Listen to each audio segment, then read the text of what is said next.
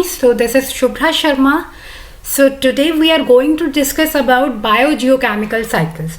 I hope that you already watched my previous video that was related to the natural resources, in which we have talked about the pollution also, in which we have done air pollution, water pollution as well as soil pollution, right? So let's have a look of biogeochemical cycles. So first one question comes in our mind, that is, what is biogeochemical cycle? So bio means what? Bio means life, geo means earth, chemical means elements, any element like carbon, oxygen, nitrogen, phosphorus, sulfur. Okay, all these are elements. There are a lot more elements present over there, but हमने जो examples के तौर पे we have taken only 5. Clear? After that, the cycling of the nutrients like water, carbon, oxygen, nitrogen, phosphorus, sulfur from abiotic component to through the biotic component. I already told you what is the difference between biotic component as well as abiotic component, right? In abiotic component, we talk about the non-living things. In biotic components, we talk about the living things, right? Like plants, animals, fungi, as well as bacteria. I hope you got the biogeochemical cycle definition, right? So let's move to another one. Biogeochemical cycle in which we have the interaction. Right? We have the interaction between biotic as well as abiotic components. That is simply a biogeochemical cycle. If someone asks you that what is biogeochemical cycle, you just have to write there is an interaction between biotic as well as abiotic components. Clear? Okay. Next, biotic component, in case of if I talk about the cycles, that how many type of cycles are there? Basically we are talk about 3 cycles: water cycle, carbon cycle, carbon oxygen cycle and nitrogen cycle, right? There is one more cycle, phosphorus, sulfur. That depends upon that how cyclic process occur. Cyclic का मतलब क्या होता है? What is cycle?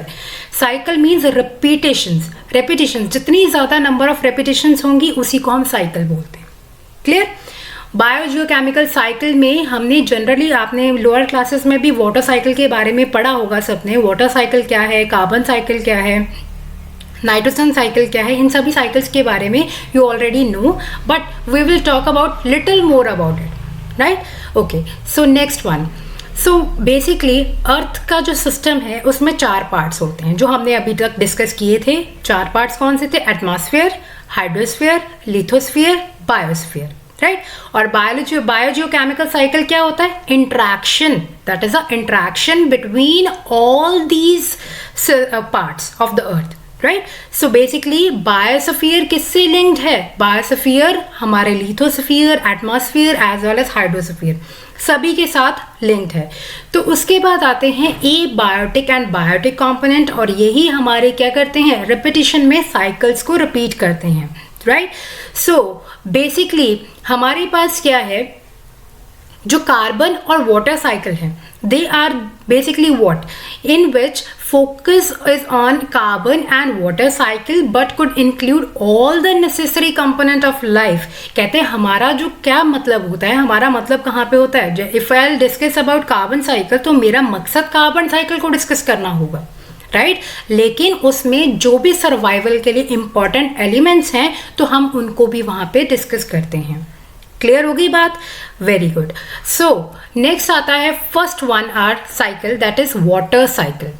सो इसके diagram से we will get to know and we will define the some quantities. First one evaporation, then condensation, precipitation, transpiration, runoff and accumulation. Clear? So next is how the water cycle work. How this water cycle work. कैसे ये water cycle जो है आपका काम कर. So this is our water cycle in which we talk about कि water cycle में generally होता कैसे है, कि कैसे ये cycle जो है हमारा form होता है. So generally we'll talk about कि repetition, जो repeating change of water है अर्थ के ऊपर. जैसे कि फॉर एग्जाम्पल इफ आई से कि वाटर जो है आपका एक साइक्लिक प्रोसेस, सिंपल सा प्रोसेस देखते हैं कि जैसे आपका आइस है, ice will convert to the liquid, that is in water state, then liquid state में कन्वर्ट हुआ, then after it will convert into vapour state. Similarly ये साइकिल जो है हमारा नेचर में भी फॉलो अप होता है, ठीक है। जैसे फॉर एग्जाम्पल इफ आई से कि हमारी जो वाटर बॉडीज हैं, ठीक है, हमारी जो वाटर बॉडीज हैं उनका जो पानी इवेपोरेट कैसे होता है, how the evaporation occurs, first phenomena is evaporation, how the evaporation occurs, it occurs from the ocean, soil as well as from the lakes, ठीक है।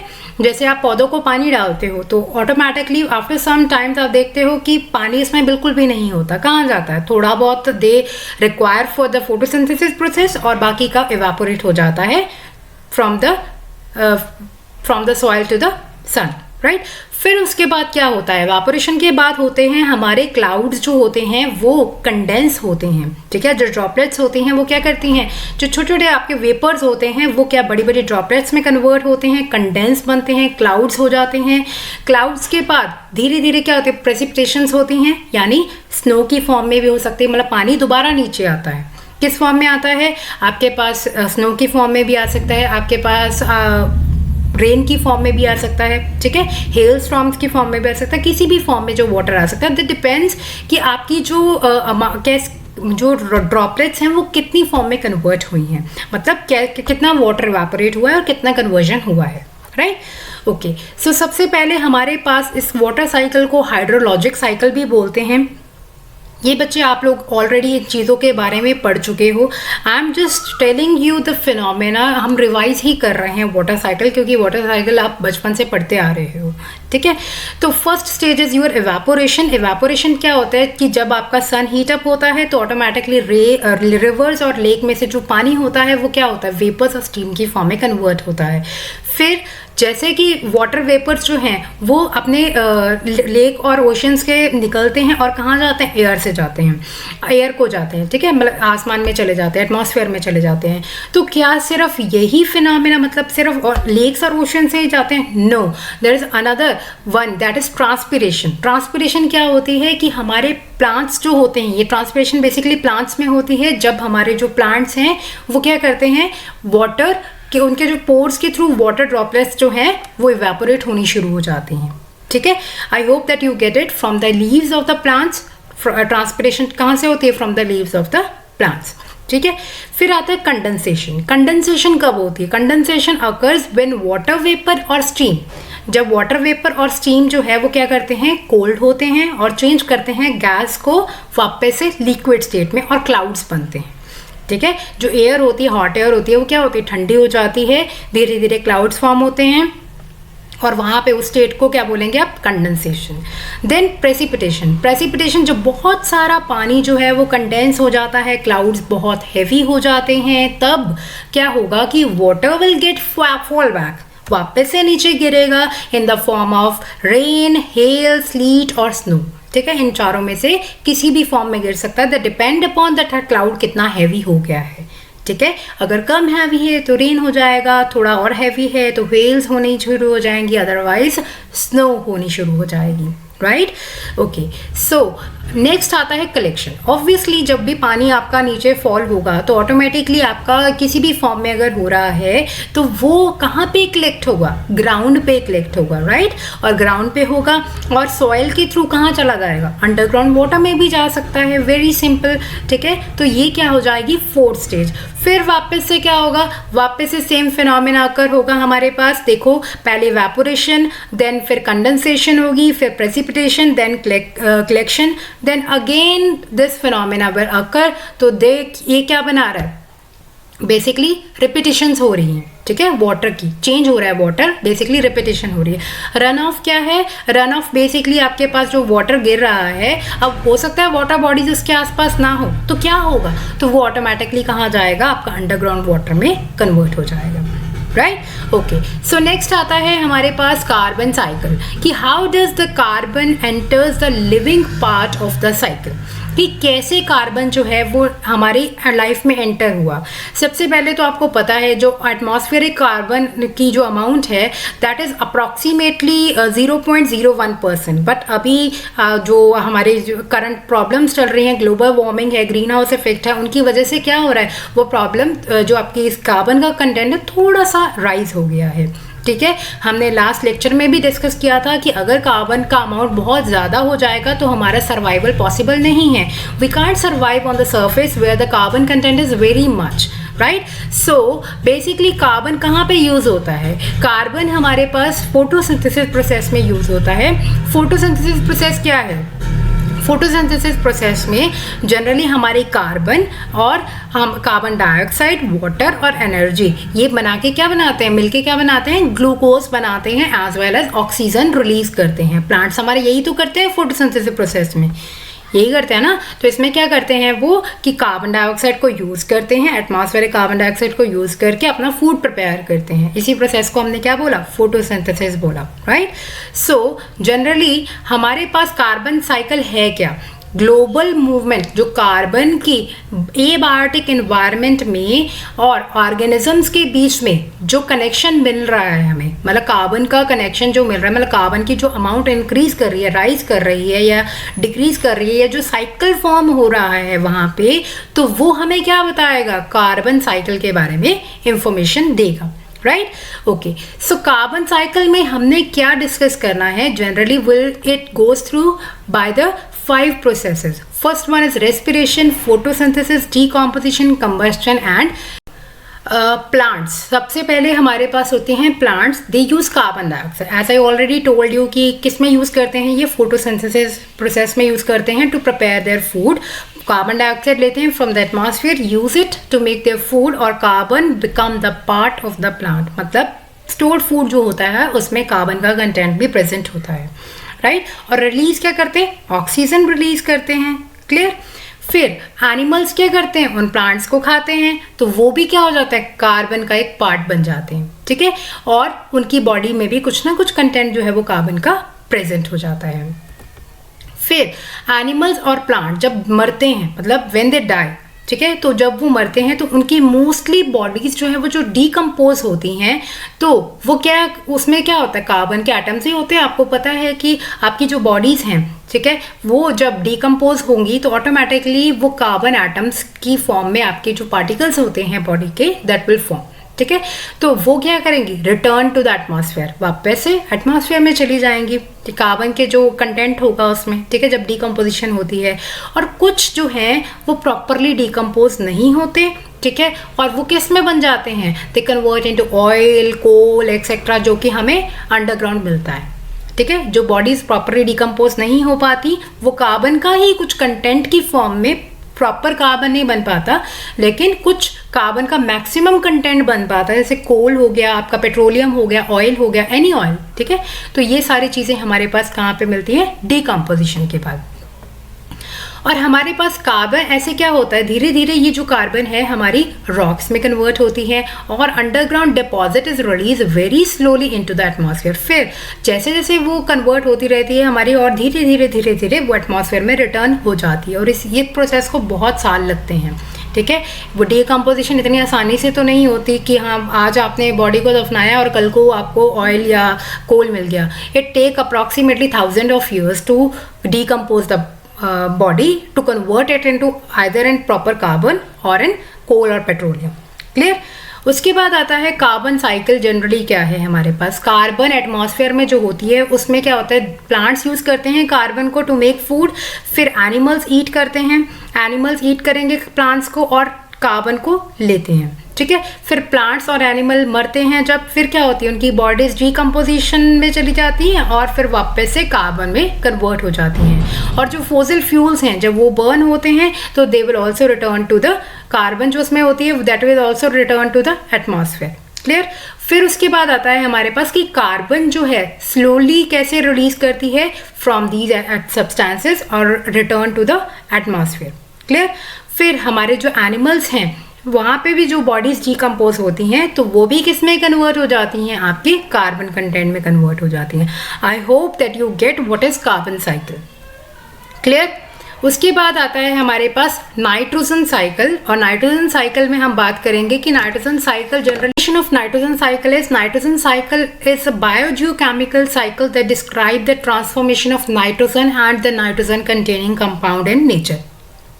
So basically it's a cycle which include gaseous components. So remember it, जो आपका nitrogen cycle है उसमें कौन से component involve होते हैं? Gaseous components are involving over there. So process कौन कौन से होते हैं? सबसे पहले आता है conversion of N two fixation, will talk about this. आगे आता है assimilation, ammonification, nitrification, denitrification and anaerobic ammonium oxidation. Clear? So first one is your nitrogen cycle. The slide is little bit blurry, but I think you are getting my point because I'm speaking also. Nitrogen cycle in which nitrogen moves between what? Plants, animals, bacteria, atmospheres and soil in the ground. Clear? Fixation. What is fixation means? Fixation is a kind of make the nitrogen usable by the plants. Basically जो nitrogen आपकी atmosphere में present होती है, that nitrogen can't be used by the plants क्योंकि वो non reactive होती है. लेकिन प्लांट्स को ऐसी चाहिए जो उनकी ग्रोथ में हेल्प कर पाए. तो हम फिक्सेशन बैक्टीरिया यूज़ करते हैं. नाइट्रोजन फिक्सेशन जो बैक्टीरिया होता है वो आपकी सॉइल में ही प्रेजेंट होता है. वो क्या करता है? उस नाइट्रोजन को अमोनिया में कन्वर्ट करता है, और अमोनियम क्या होता है? वो प्लांट्स यूज़ करते हैं टू प्रिपेयर देयर फूड और टू ग्रो. ठीक है, तो वहाँ पे हमारे पास नाइट्रोजन की ज़रूरत पड़ती है.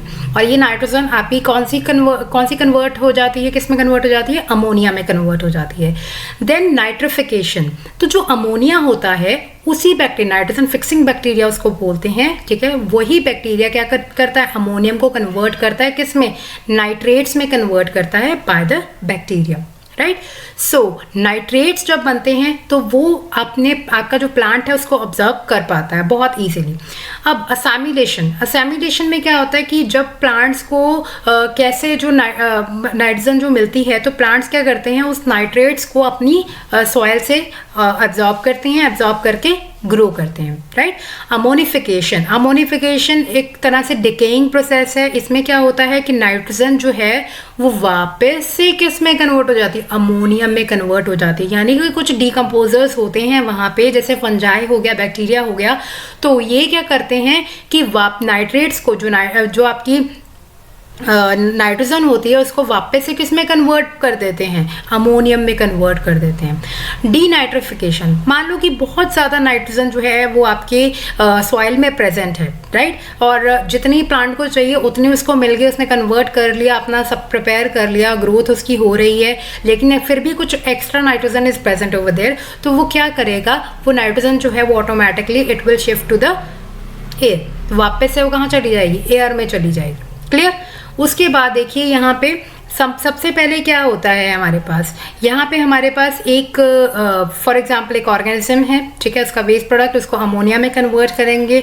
नाइट्रोसोम्स होते हैं वो कन्वर्ट करते हैं किस में? नाइट्राइट्स में. फिर नाइट्रोबैक्टीरिया किस में कन्वर्ट करेगा? नाइट्रेट्स में कन्वर्ट करेगा. और जो एक्सेस होगी वो बाहर निकल जाएगी, और जो ज़रूरत वाली होगी that will assimilation by the algae. फिर वापस से recycling process will go on. Clear. फिर हमारे पास फूड जो है इनगल्फ करती हैं, जो प्लांट्स जो है फूड प्रिपेयर करते हैं वो इनगल्फ करती हैं कौन? फिशेस. ठीक है, उसके बाद क्या होता है? अमोनिया में कन्वर्ट होता है. ठीक है, अमोनिया से नाइट्राइट्स बनते हैं, नाइट्रेट्स बनते हैं. नाइट्रेट्स कौन यूज़ करता है? प्लांट्स यूज़ करते हैं. फिर उसके बाद हमारे पास जनरली क्या होता है कि वाटर का जो कंटेंट है that will get change. Clear. तो बेसिकली हमारे पास 4 प्रोसेसेस हैं. देखिए, पहले नाइट्रोजन, आपका एटमॉस्फेयर की जो नाइट्रोजन है वो नाइट्रोजन फिक्सिंग बैक्टीरिया आपके बिल्कुल लेफ्ट साइड पे देखिए अपने, मेरे लेफ्ट साइड पे, तो आपका लेफ्ट या राइट, आपका भी लेफ्ट ही होगा. ठीक है, तो अपने लेफ्ट साइड पे देखिए, तो यहाँ पे क्या है? नाइट्रोजन फिक्सिंग बैक्टीरिया है. नाइट्रोजन फिक्सिंग बैक्टीरिया जो है वो यूज़ कर रहा है नाइट्रोजन को. ठीक है, तो ताकि वो किस में कन्वर्ट हो सके? अमोनिया में कन्वर्ट हो सके. फिर वो अमोनिया में इसको कन्वर्ट करता है। अमोनिया में कन्वर्ट करने के बाद उसकी फिर से क्या होती है, नाइट्रिफिकेशन होती है, ठीक है। फिर से किस में कन्वर्ट करता है, अमोनिया को कन्वर्ट करता है नाइट्राइट्स में कन्वर्ट करता है। अमोनिया को नाइट्राइट्स में कन्वर्ट करने के बाद वही नाइट्रीफाइंग बैक्टीरिया उसको नाइट्राइट से नाइट्रेट्स में कन्वर्ट करेगा, ठीक है। नाइट्राइट से नाइट्रेट्स में कन्वर्ट करने के बाद क्या होगा, आपका प्लांट्स जो है असामिलेशन करेंगे, मतलब यूज़ कर लेंगे प्लांट्स उसको, और या अगर आपके पास ज़्यादा होगी तो वो क्या हो जाएगी, डीनाइट्रिफिकेशन बैक्टीरिया से वापस से कहाँ चली जाएगी, नाइट्रोजन में कन्वर्ट होकर एटमॉस्फेयर में चली जाएगी। I hope that you got it. Let's move to the another thing, oxygen cycle. Oxygen और carbon cycle, they both are interlinked with each other. So generally oxygen cycle is what, oxygen cycle में आपके पास क्या होता है, हमारे पास generally जो एटमॉस्फेयर ऑक्सीजन है, ठीक है, एटमॉस्फेरिक ऑक्सीजन जो है वो कौन यूज़ करता है रिस्पायर करने के लिए, ह्यूमन बीइंग यूज़ करते हैं, क्योंकि प्लांट्स तो क्या करते हैं, रिलीज करते हैं।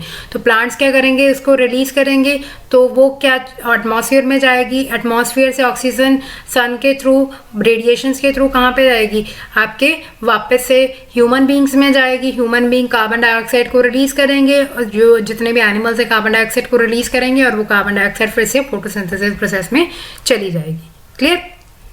So let's have a look.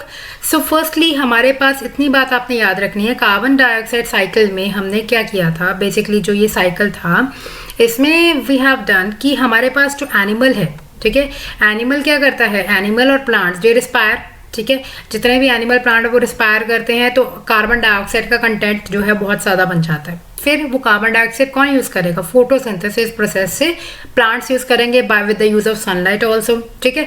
फिर हमारे पास ऑर्गेनिक कार्बन बन जाएगी, और वो के कहाँ पे होगी, वो बेसिकली आपके डेड ऑर्गेनिजम्स और वेस्ट प्रोडक्ट्स में होगी। फिर वापस से वो रिस्पायर करेंगे, वहाँ से ऑक्सीजन यूज़ होगी, फिर से ये प्रोसेस जो है ऑटोमेटिकली ऐसे चलता जाएगा। ये आपका कार्बन डाइऑक्साइड का प्रोसेस है।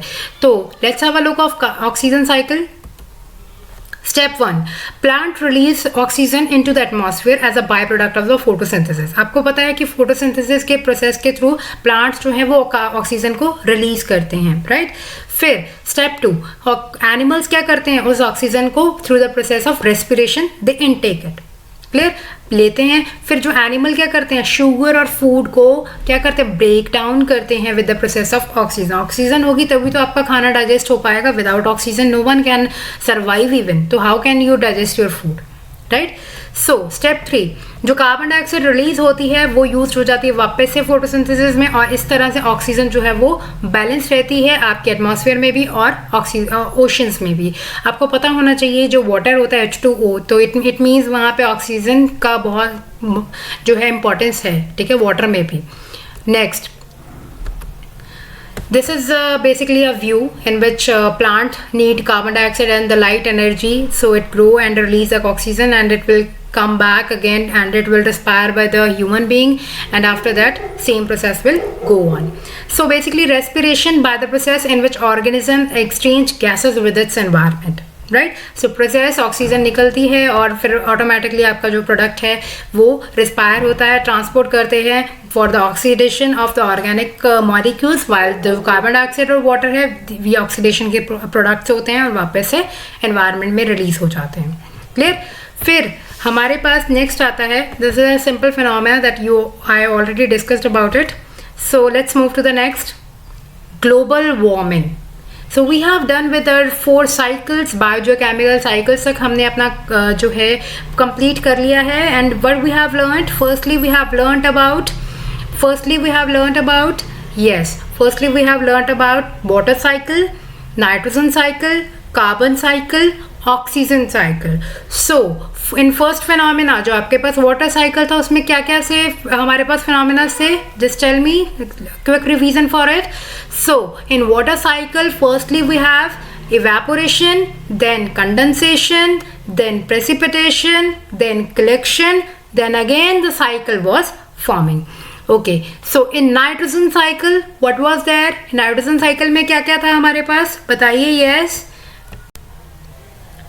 नाइट्रोजन साइकिल में क्या क्या था हमारे पास, first one is your nitrogen fixing bacteria, that is nitrogen fixation, उसके बाद nitrification, then ammonification, then denitrification and assimilation also, right. So after that we talk about what, carbon cycle. Carbon cycle के बारे में हमने बात की थी, जिसमें क्या हो रहा था कि प्लांट्स जो है कार्बन डाइऑक्साइड को यूज़ करते हैं और रिलीज कहाँ से होती है, ह्यूमन से होती है, ठीक है. फिर हमने ऑक्सीजन साइकिल का किया था रिवर्स प्रोसेस, जो कार्बन का था उससे उल्टा क्या था, ऑक्सीजन साइकिल का प्रोसेस था. Now there are some effects due to कि हमारे पास जो गैसेस हैं अगर वो इंक्रीज हो जाए, डिक्रीज हो जाए, तो उनसे क्या होता है, कुछ इफेक्ट्स होते हैं. जैसे कार्बन का कंटेंट अगर इंक्रीज हो जाए तो क्या होगा, global warming. A very famous issue जो आपने बहुत बार सुना भी होगा लोअर क्लासेस में भी, and it's a current GK topic also, ठीक है, कि गर्मी बहुत ज़्यादा बढ़ रही है. उसका रीज़न क्या है, global warming. So let's have a look of this.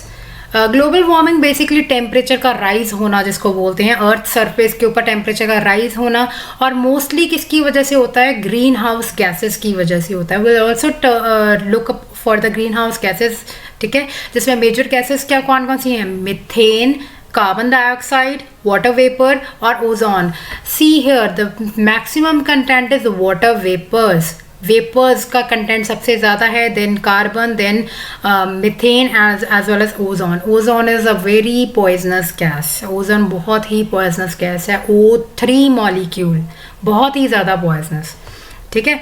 Show cause क्या है, हमें पता है कि जब हमारे पास ग्रीन हाउस गैसेज जो भी carbon dioxide, methane, nitrous oxide, इनका कंटेंट जब इंक्रीज हो जाता है तो वो क्या कॉज करते हैं, ग्लोबल वार्मिंग कॉज करते हैं. क्लियर.